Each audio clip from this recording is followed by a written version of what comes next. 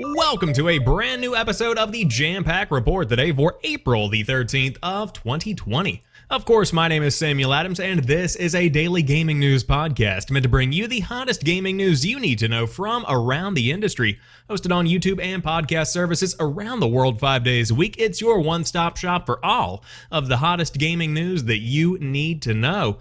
And over the weekend, we got some pretty significant news about both the current release in the Resident Evil series, Resident Evil 3 Remake, but on top of that, a future remake that could be coming. Then we will talk about the Steam Game Festival, a brand new ratings change by the ESRB, Call of Duty Warzone hitting a significant player count, and more. But without further ado, let's go ahead and dive into today's top gaming news. First off, Capcom is working on a Resident Evil 4 remake. Following its reimaginings of Resident Evil 2 and 3, multiple development sources have told VGC that the Resident Evil 4 remake has now entered full production with an estimated release window in 2022. Development is being led by Osaka-based M-Two, the new studio founded by former Platinum Games head Tatsuya Minami, which has been preparing for the project since 2018. However, similar to how 2020's Resident Evil 3 was directed by company Redworks, Capcom's internal teams and other external studios are likely to lend significant development resources, and an update has revealed even more information. More alleged details have emerged on Capcom's Resident Evil 4 Remake project, including claims it will be co-developed by parts of the RE2 and Devil May Cry 5 team. It is understood that the remake has the blessing of original game director Shinji Mikami, who officially declined an approach to lead the project himself, but has provided informal advice on its direction. The studio helming the remake has been in operation since 2018 and is comprised of many former Platinum and Capcom employees. M2 recently contributed to the development of 2019's Resident Evil 3, but its role on that game was always intended as a precursor to its main project. 2005's RE4 is Capcom's highest rated game of all time, according to review aggregation site Metacritic, with sales totaling 7.5 million copies across various platforms. And so they go on to talk more about the history of Resident Evil 4 and the significance of the game itself. But I really think that this is something that could be impressive. And I talked last week about my take on remakes, because on one hand, I love seeing a classic rebuilt from the ground up. Resident Evil 2 was one of my favorite games of the year whenever it came out last year. I truly enjoyed that experience, and I'm not somebody that had played the original Resident Evil 2 all the way through. With Resident Evil 3, admittedly, I have not picked it up. As we'll talk about in a moment, it seems like the majority of people that bought RE2 also did not pick up RE3. But with that being also taken into consideration, these games sell very well. So it makes sense for you to remake your most popular game that had come out to date. With that all being said, I think that this project is likely going to be happening. It just makes sense sequentially. And again, as I said, this is a very popular game. So by 2022, you can probably expect a Resident Evil 4 remake to be hitting the newest generation of consoles. But I will make one point before we move on from this story. They need to space these out a bit more, because I would wager if they had released Resident Evil 3's remake as a next generation game that came out in, let's say, April of 2021, it probably would have performed better than this year, because it seems like it's almost half-baked in a way.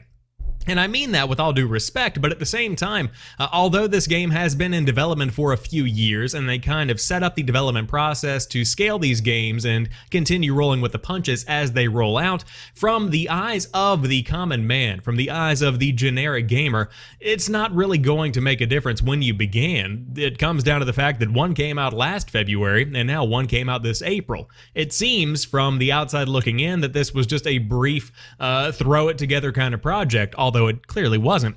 So for marketing purposes, would definitely recommend spacing them out, and it seems like that's what's going to happen. But I will say, it seems like if this game is scheduled to come out in 2022, you can probably expect Resident Evil 8, which is a game that we talked about last week on an episode of the Jampack Report, to be launching in 2021. And we can assume that Resident Evil 3's remake was the game for 2020.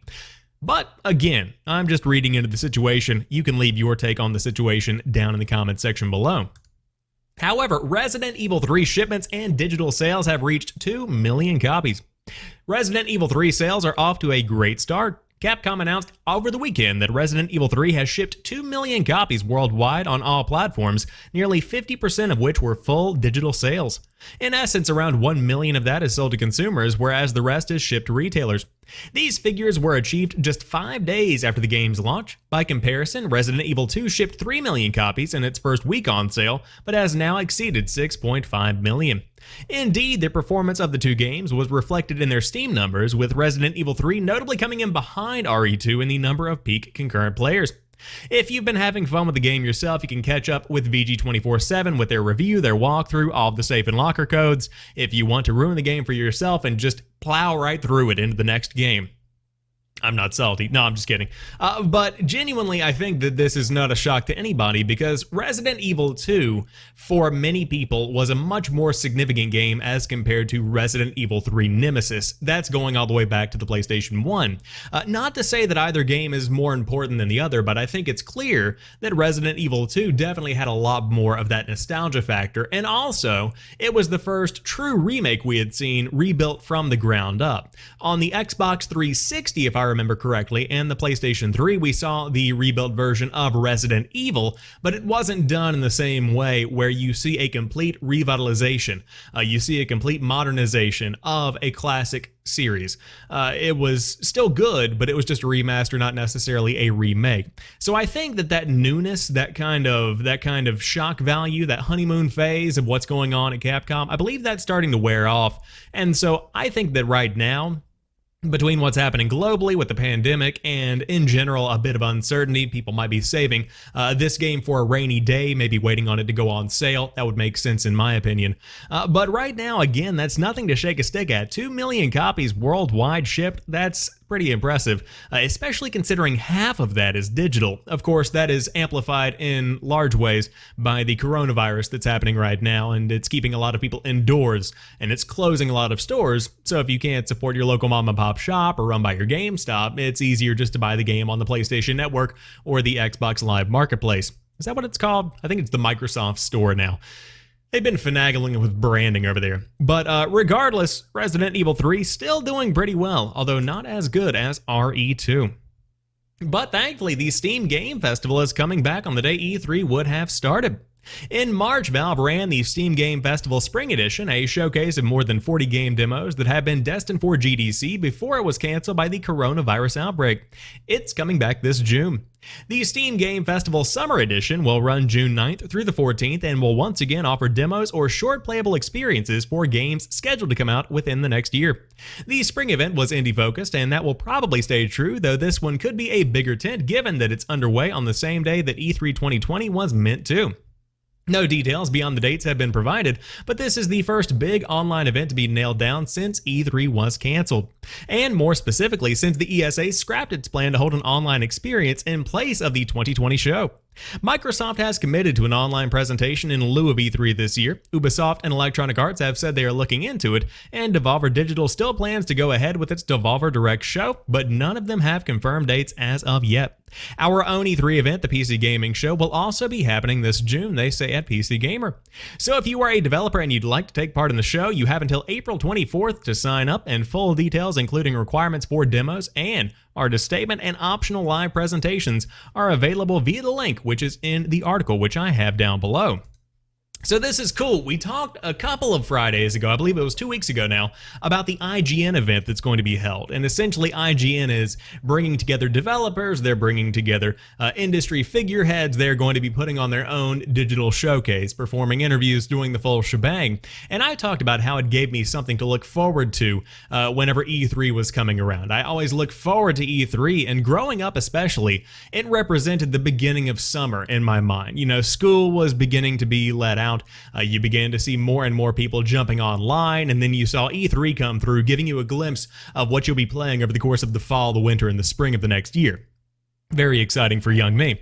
But I think the Steam Game Festival is going to be just as cool because of the fact you can actually dive in and try these games. I think this is a much more engaging experience. And for indie developers, this is something that's very important because you can talk about Call of Duty, or you can talk about Battlefield, or you can talk about a new Assassin's Creed. These are all names that people recognize. These are all names that are massive. These are giant AAA experiences.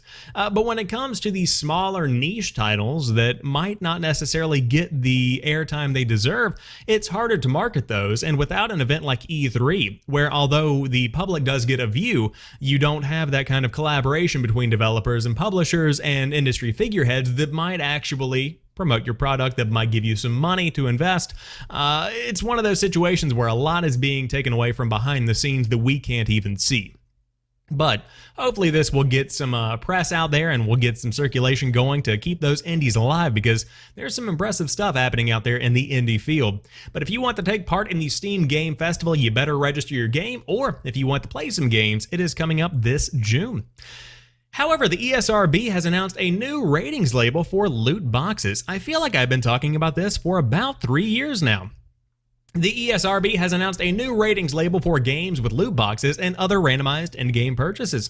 The ESRB created an in-game purchases rating label for games back in 2018 as a response to the loot box discourse that had reached different state governments in the United States and elsewhere in the world like Belgium, and now the company has created a new label for random items.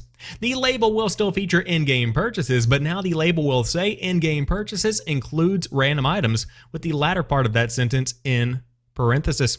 You can check out what it looks like below, and there you have it. Quote, "This new interactive element, in-game purchases, includes random items, will be assigned to any game that contains in-game offers to purchase digital goods or premiums with real-world currency, or with virtual coins or other forms of in-game currency that can be purchased with real-world currency, for which the player does not know prior to purchase the specific digital goods or premiums they will be receiving," the ESRB said in their announcement. This new signage will be attached to any game that includes loot boxes, gacha games, item or card packs, prize wheels, treasure chest, and more, according to the ESRB. If a game has in-game purchases but no random items to be purchased, the game will receive only the in-game purchases rating. This new rating comes by way of request to the ESRB, the organization said. Quote, "Since adding the in-game purchases notice to ratings assigned to physical games, many games consumers and enthusiasts, not necessarily parents, have reached out to us asking the ESRB to include additional information to identify games that include randomized purchases," the ESRB said. The in-game purchases includes random items interactive element was developed in response to those requests. And so again, there you have it. There's what it's going to be looking like on the back of your box. And you can see that this upper portion here is what we normally get on the back of a box. This is what we are all used to seeing, or at least what I was used to seeing before I completely disregarded the ESRB around the age of 12. But then below that, you see in-game purchases includes random items. So that's going to be valuable for parents that need to see that, or for kids that say, "Hey, I got mom's credit card. Can I buy stuff with it?" No, I'm just kidding. Don't do that. Don't do that. Don't blame it on me. But no, seriously, it's a good move. I'm glad to see the ESRB taking action. But we've been talking about this over the course of the past few years. More and more developers and publishers aren't putting these items in games. Instead, for free-to-play games, you see season pass models. You see free updates that also include buyable and purchasable skins. Valorant, for example, is a new game that's going to be launching this summer. Very popular on Twitch right now. We talked about it last week. But they include these in-game items that can be purchased. They are skins for guns and for your characters themselves. But you buy these coins, and it's ultimately not random. You just purchase something. That's fine. That's perfectly fine. And so I think that if they had done a randomized kind of element like Overwatch used to do, that would be a bad move overall. So you see more and more big devs getting away from that, which I think is a pretty good move. Speaking of good moves, Call of Duty Warzone brings back trios and it celebrates over 50 million players. Last week saw the launch of Season 3 in Activision's military shooter Call of Duty Modern Warfare. Along with several weapons, maps, and other content, the new download added Quads mode to sister title Warzone, bringing 4-person squads to the Battle Royale experience. However, following negative feedback from fans, Activision, alongside developer Infinity Ward, has restored the 3-player trios option, which was removed during the same update. While plans were clearly to rotate these modes in and out over time, it appears that fans prefer the freedom of choice, and as it stands today, solo, trio, and quad options are all playable in Call of Duty Warzone, with duos expected to join the party later in Season 3. In related news, Activision has revealed that over 50 million players have checked out Warzone since free-to-play, free-for-all went live back in March. By marrying the high-gloss aesthetic of the Call of Duty franchise with the popular last-person standing genre and throwing a few unique twists into the mix, Warzone has proven quite the hit among shooter fans. Warzone is available to download now on PS4, PC, and Xbox One if you did want to dive in and give it a go. Very good game. I think that it definitely deserves 50 million players. The map is good. Of course, I love Modern Warfare. Phenomenal game. Best Call of Duty in years. The single player is also good as well. But on top of that, I like what they're doing here by bringing back trios and introducing quads. I understand the concept behind this, where you want to have as few game modes at one time as possible, because that way your entire player base is streamlined and it only goes to one specific portion of the game itself. So for instance, you'll never have a nearly empty Battle Royale lobby. You will simply have people in solos and people in trios, if that was what it was going to be. But now we have quads, we have trios, but with 50 million players, inevitably there's going to be enough people to at least populate these enough to keep the games full. And I think that's what the most important thing is right now. But 50 million players, congratulations. And if you have not played Warzone, highly recommend diving in and giving it a go. However, Valve has patented a Steam controller designed with swappable controls. If I was Gaben right now, I probably wouldn't do this again. Last year, Valve sold off its last batch of Steam controllers at $5 a pop, a bargain for what we still consider the best PC controller for games that don't officially support them, and seemingly an end to that project. But Valve may not be done with its experiments in handheld game input. A recently published patent application filed by Valve describes a Steam controller model with detachable parts. Spotted by Tyler McVicker of Valve News Network, the patent is titled Handheld Controllers with Swappable Controls, and it's exactly what it sounds like. Quote, described herein are, among other things, handheld controllers configured to detachably couple to different controls, as well as methods for use and or assembling the handheld controllers. The handheld controllers described herein thus allow for the dynamic swapping of controls for changing the configuration of the controller to meet the needs of different applications, users, and the like, the patent application states. The patent application does not specifically name the Steam controller, but that's certainly what's depicted in the accompanying drawings, and there you have it. That is indeed the Steam controller. Swappable parts are staples of higher-end controllers like the Xbox Elite. Valve's patent describes the ability to completely change the controls, for example by yanking off the thumbstick and replacing it with a D-pad, and there is even a mention of supporting trackballs. Valve filed for the patent back in September 2018, but it just recently was published. It's not clear if this is something Valve is still pursuing or if it's on the back burner for the time being, but patent applications are just patent applications, and we can only speculate as to whether Valve is actually working on a new controller. The original Steam controller was intended to be a part of a larger initiative to bring PC gaming into the living room. Steam machines powered by Valve's Linux-based SteamOS were the crux of the plan, but delays and poor sales relegated them to a footnote in the history of PC gaming. After Valve's focus shifted to VR, it seemed unlikely that its older hardware projects would get much attention again, though perhaps a new version of the Steam controller fits into its current plans. I doubt it. This is something that was filed back in September of 2018. I would say this is something that is long dead. I think this is never going to see the light of day. Is it cool? Yes. The Steam controller never did quite take off, though. It was never what Valve intended for it to be, because whenever this thing was being promoted, it was the end-all be-all of the PC gaming community. In a way, it was like the Xbox 360 controller's replacement. However, it was strange because instead of having actual thumbsticks, they had one thumbstick and two trackpads, one of which was supposed to be a D-pad and the other of which was just a trackpad for thumbs. It was strange. It was just weird. Now, once you spent time with it, I'm sure that it was fine. Once you actually became invested in learning how to use it, I'm sure that it was all well and dandy, but out of the box, it just didn't flow, and I think that is what's going to be holding it back.